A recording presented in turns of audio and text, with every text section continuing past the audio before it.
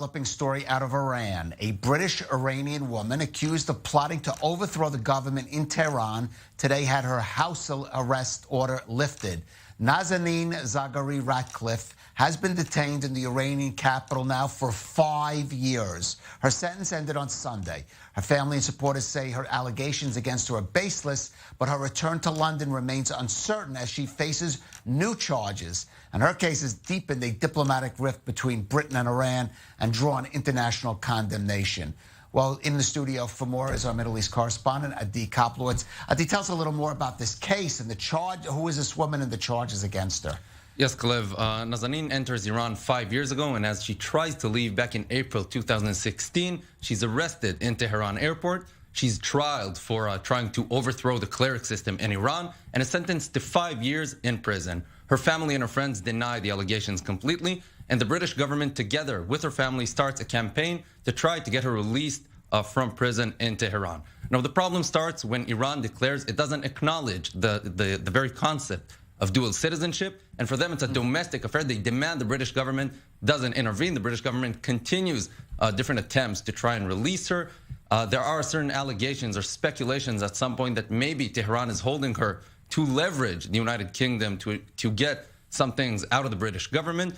But eventually, after 4 years in prison, Iran's supreme leader, Ali Khamenei, pardons her. She's released to a home arrest in her father's house in Tehran, where she spent the last year. And today she's finally released from that arrest. But not free yet, not free to go. I understand there are some new charges. That's true. It's still not sure if she could even leave the country. Right now she stays in Iran. And next week, on April 14th, she's supposed to face court once more in Tehran. The allegation has changed from trying to overthrow the clerical system of Iran to spreading propaganda against the Shia and the revolution in Iran.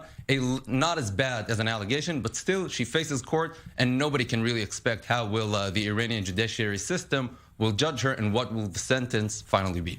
And you mentioned about the possibility Iran is using her to sort of leverage something out of the British. This is a tactic that we have seen the regime in Tehran use again and again, especially for Westerners, especially, it seems, a lot of times Europeans who also have dual citizenship with Iran.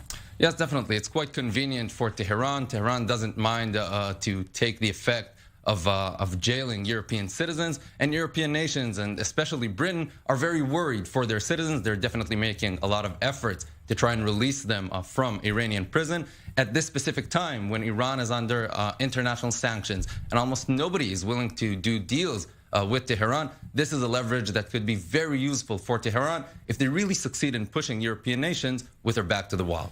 Right, and we've actually seen them leverage this for to get some Iranians held in custody in Europe, or sometimes on terrorism charges released.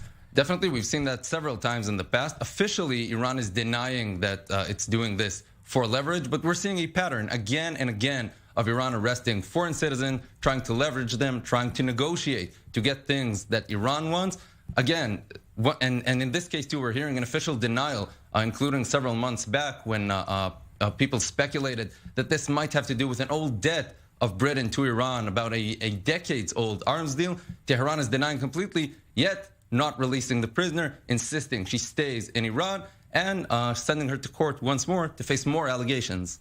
All right, again, a pattern that we've just seen and a tactic that we've seen the regime